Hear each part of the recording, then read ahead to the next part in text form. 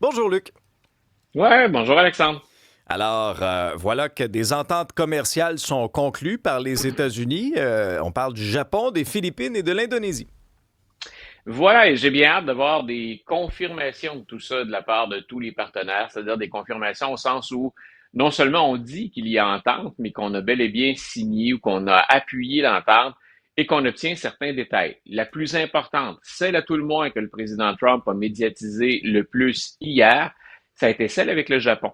Donc, le Japon est un partenaire américain. Il semble que le Japon ait accepté 15% de tarifs, ce qui est énorme. Hein? On est habitué, allons-y, pré-Trump 2.0, on est habitué à être dans un 3, un 4 ou un 5%. C'est rare qu'on atteignait les doubles chiffres, donc le 10 et plus.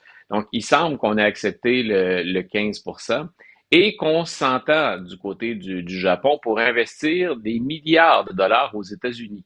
Donc, ce serait, à première vue, une très bonne entente. Maintenant, j'ai entendu personne du côté japonais valider l'ensemble des informations. Donc, on a eu la version de Donald Trump. Cette version-là, bien sûr, ce n'est rien de moins que la plus grande entente commerciale de l'histoire, si on en croit le président. Ça, ce sont les formules habituelles. Mais j'ai hâte d'avoir plus de détails. Puis c'est encore un petit peu plus flou du côté des Philippines ou du côté de l'Indonésie. Donc, on verra. Mais Donald Trump, qui avait promis 90 ententes commerciales en 90 jours, Je crois qu'il y a une on grosse était loin. semaine. on était, on était plutôt loin du compte, à tout le moins. Donc, au moment où les échéances arrivaient, là, où se pointaient, on avait quoi, 2 ententes de réaliser, sans nécessairement qu'on ait là non plus tous les détails. Donc, on verra. Mais si on est américain, point, et si on est un partisan de Donald Trump, si on se fie à ce qui circule, ben on se dit, OK, il y a des entrées d'argent, c'est pas mauvais pour le budget alors qu'on s'inquiète du déficit budgétaire. Puis il semble y avoir un gain net du côté américain. Mais je répète, attendons d'avoir un petit peu plus de détails. Là, j'ai vérifié avant d'aller au lit hier, puis j'ai vérifié en me réveillant ce matin. Pas beaucoup de détails sur l'entente. Ouais. Puis c'est sûr que ben, ce sera le 1er août qu'on sera davantage fixé, Luc, là, à savoir, là, Ouais. est-ce que réellement les gros joueurs, les pays qui sont vraiment en relation commerciale très étroite avec les États-Unis vont en Voilà. arriver à conclure une entente ou au contraire, ce sera le contenu des fameuses lettres de Trump qui disait, ben Ben, non, mais il est là le deal, c'est ça l'entente. Fait que, on l'entente, va elle est voir. là. Vous avez juste à mettre votre nom dans le bas, vous Exact, aussi. vous avez juste à signer. Alors, qu'est-ce qui sera appliqué Voilà. le 1er août prochain, on verra bien. Pendant ce temps-là, les Voilà. républicains du Sénat sont sur le point de confirmer la nomination d'un juge controversé. Voilà, donc Émile Beauvais, qui a été qualifié par le meneur démocrate du Sénat de pire candidat de l'histoire pour un poste comme celui-là. On est un peu dans la surenchère verbale ces jours-ci ou ces années-ci. Monsieur Beauvais, c'est très controversé parce qu'il a été l'avocat personnel de Donald Trump. Donald Trump, une fois à la Maison-Blanche, on le sait, a nommé trois anciens avocats dans les 3 premières fonctions de pouvoir ou de responsabilité au ministère de la Justice. M. Beauvais, c'est le numéro 3. Là, il y avait un siège vacant pour un juge dans une cour fédérale et M. Trump a dit, tiens, on va envoyer un des miens, on va envoyer M. Beauvais. Et il y a beaucoup de gens qui ont dit, oh, là, on est ailleurs, c'est un intimidateur, M. Beauvais. C'est quelqu'un, c'est celui qu'on appelle Émile Fuck You Beauvais. Ça vous Ah, donne une un idée. beau surnom. Quand il, Là, très beau surnom, je vous ai écoute, j'espère, on m'en donne plein, pas celui-là, s'il vous plaît. Donc, M. Beauvais, quand il est au ministère de la Justice, aurait dit aux avocats du département ou du ministère de la Justice, chaque fois qu'un juge s'oppose à Donald Trump, répondez-lui fuck you. Donc, belle attitude de la part d'une entité qui est censée parler au nom de l'ensemble des Américains.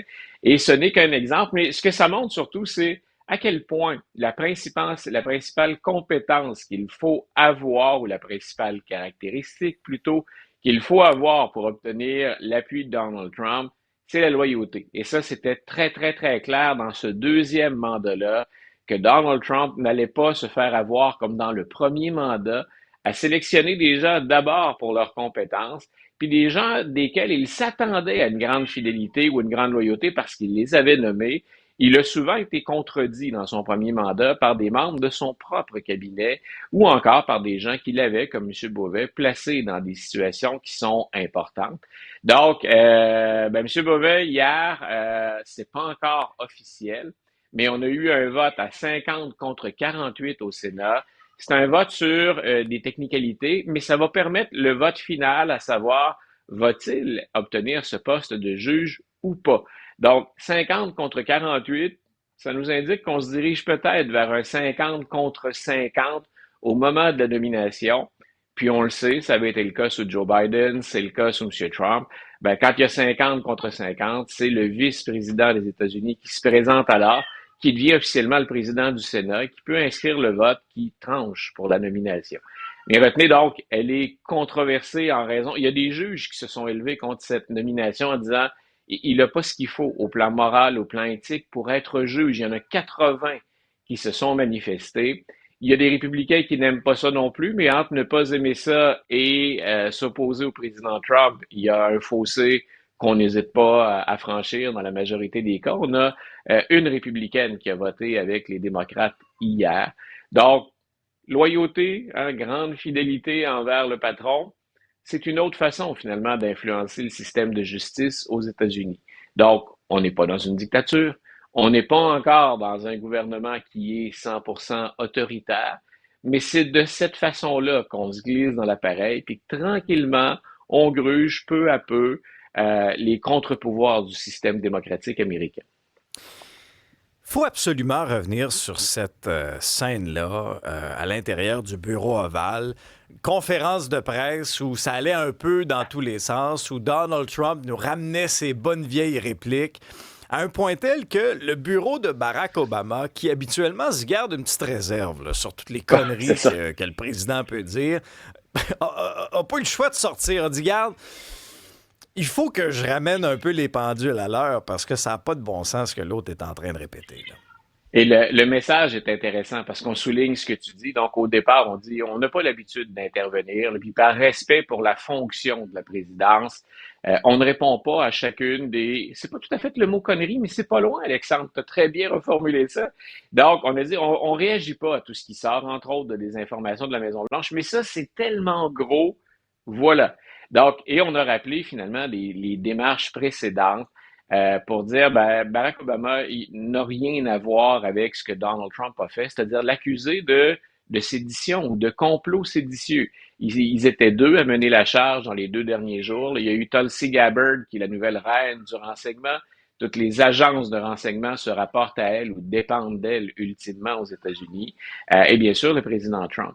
Donc, on a dit, écoutez, faites le tour de tout ce qui a été fait. Il y a même un gars qui s'appelle Marco Rubio, qui est dans l'administration Trump, hein, secrétaire d'État dans une position donc avantageuse. C'est un homme puissant au sein de l'administration. On dit, il avait signé un rapport, lui, bipartisan au Sénat, disant finalement, dévoilant les dessous de l'enquête ou le rapport d'enquête qui a été fait sur le rôle de la Russie dans l'élection de Donald Trump. Donc, ce qu'on reproche, grosso modo, à Barack Obama, c'est d'avoir planté la désinformation, lui, dans ce système-là, ou d'avoir demandé à ce qu'on exagère des choses dans le rapport pour faire battre, bien sûr, ensuite Donald Trump. Et c'est un peu ça qu'on a répondu hier. On a dit, écoutez, il y a même eu un procureur spécial qui a été nommé par Donald Trump, qui est arrivé à la conclusion que la Russie est intervenue, mais qu'on ne peut pas pointer carrément en fonction d'un lien direct avec l'administration Trump. Il y a cette enquête bipartisane. Il y a eu le rapport Mueller. Donc, on a dit, écoutez, si on nous arrive avec des nouvelles informations, on ne voit pas vraiment ce que ça peut être. Ça nous semble très faible comme argumentaire. Et les faits donnent raison ou appuient, en tout cas, la réponse du bureau de Barack Obama et pas du tout les accusations lancées par Donald Trump. Et une chose qui m'a amusé là-dedans, Alexandre, on voit un peu partout en politique américaine, imaginons que Barack Obama ait exercé une influence dans ce rapport-là. Qu'est-ce que la Cour suprême a déjà dit il n'y a pas si tellement longtemps? Au plan criminel, si on souhaite accuser un président, tu te souviens? S'il le fait, un président, dans le cadre de ses fonctions de président, on ne peut pas le poursuivre au criminel. Voilà. Donc, je vois pas pourquoi on changerait les règles du jeu maintenant que c'est Donald Trump qui accuse. Mais je répète, ça s'appuie sur à peu près l'équivalent du vide ou du vent. Et la Cour suprême, son jugement ne tiendrait pas quand il s'agit de Barack Obama, mais ça permet à Donald Trump d'échapper à la justice. Donc, encore un de ces dossiers que Donald Trump lance comme ça sur la place publique, ça nous envoie chercher, ça nous envoie vérifier. Puis il n'y a pas le mot Epstein là-dedans. Et c'est toujours le, Oui, je comprends très le bien, moi. même argumentaire aussi, Luc, la chasse Toujours. aux sorcières. On nous ramène Barack Obama sur une histoire Pour moi, ça obscure. fonctionne. C'est constamment la même chose. C'est constamment le même argument. Dès qu'il sent la chaleur, dans ce cas-ci, c'est la chaleur du dossier Epstein, Ouais. dès qu'il sent la chaleur, il nous ramène sa vieille cassette. Voilà, c'est le modus operandi de Donald Trump. Hein. C'est si j'ai un sujet qui me déplaît ou qui n'est pas en ma faveur, ben écoutez, on en laisse partout, on en jette partout, puis on espère qu'un ou plusieurs de ces sujets-là, ben ça va coller dans le cycle des médias. Ça va obliger aussi des gens comme Barack Obama ou comme les démocrates à réagir. Pendant ce temps-là, on n'est pas en mode attaque. Mais écoute, ça l'a bien servi. Ses partisans sont toujours derrière lui, même si certains sont ébranlés par l'affaire Epstein. Et Donald Trump a réussi à se faire élire 2 fois en misant essentiellement sur sa base, puis ensuite en grappillant des votes ici et là. Mais ça l'a bien servi. Fort probablement qu'il se dit pourquoi changer de recette à ce moment-ci. Ça a toujours fonctionné. Le maître de la diversion. Et avant qu'on se Voilà. quitte, il y a des républicains de la Chambre qui veulent renommer l'opéra du Kennedy Center le First Lady Melania Trump Opera House. Voilà, donc il y a 2 grandes salles hein, de concert pour le Kennedy Center, puis ben, fait inédit encore là dans l'histoire.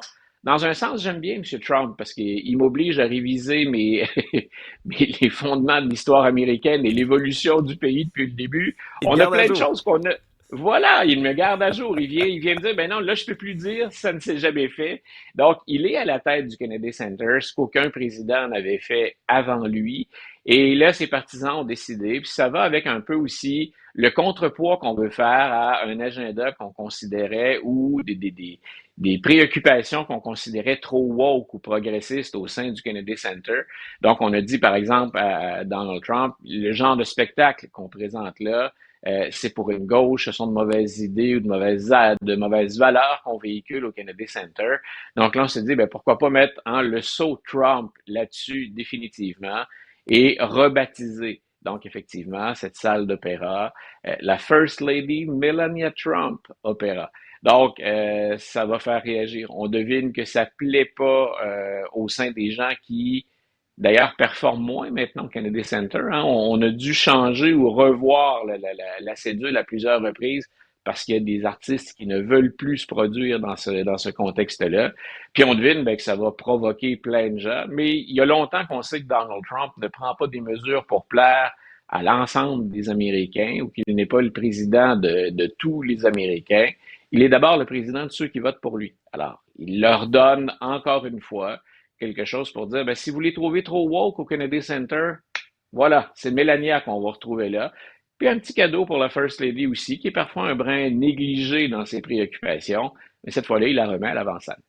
Il est avait de rebaptiser la Maison-Blanche, The Golden House. Ben, elle est déjà, plusieurs éléments entourant la C'est vrai. Maison-Blanche sont déjà à vendre ou Ah sur le oui, oui. marché. Pourquoi pas vendre le nom? On l'a vu pour les arénas ou pour les stades aux places sportives. Allons, monnayer ça au maximum. Salut bien, Luc. Bonne journée. Man.